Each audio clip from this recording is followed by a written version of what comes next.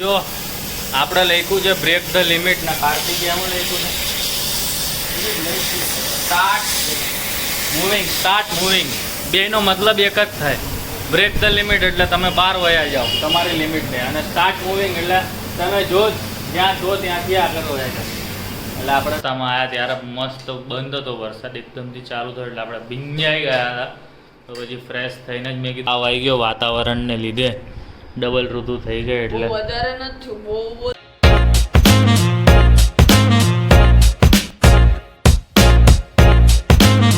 Good morning અને જય શ્રી કૃષ્ણ. તો નવા દિવસની શરૂઆત કરી દીધી છે. શું છે બ્રેક ધ લિમિટ્સ.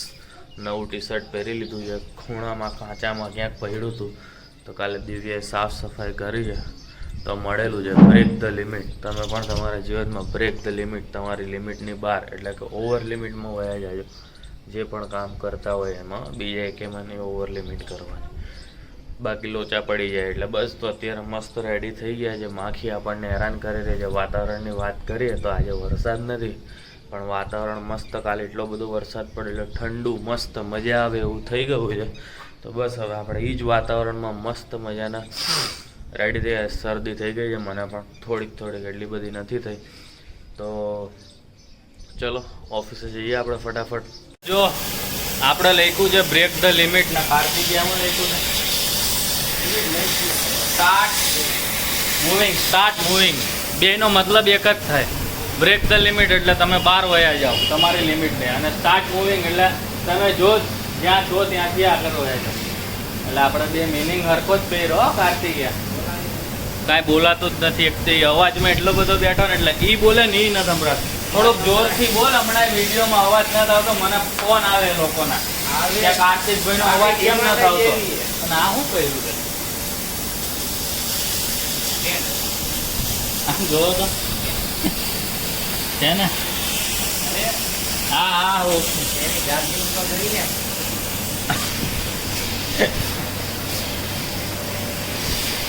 તમારે કાંઈ કેવું આને?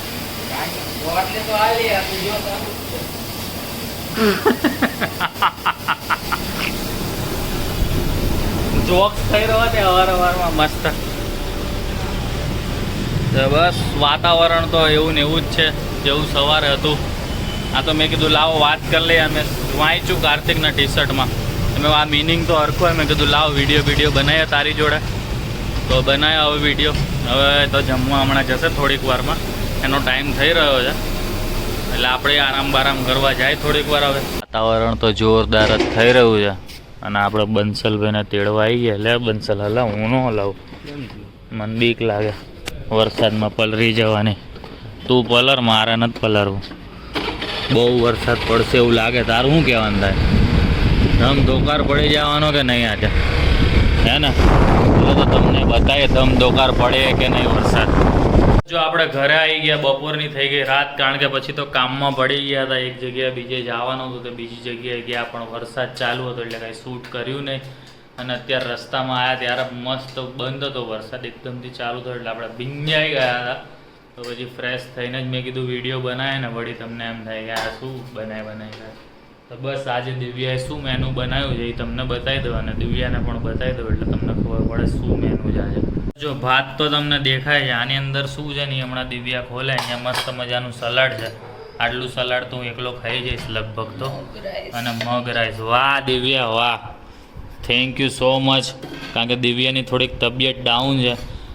એમાં શું છે માટી ઝાઝી અડી ગઈ છે તો શું થઈ ગયું છે, શરદી થઈ ગઈ છે. કાલની જે હતી ને એ થોડોક વધારે છે અને તાવ આવી ગયો વાતાવરણને લીધે, ડબલ ઋતુ થઈ ગઈ એટલે વધારે નથી બહુ બોલ ન ભાઈ. પપ્પાને મમ્મી ખબર કાઢવા આવશે. ઓ હા એ વાત છે 100%.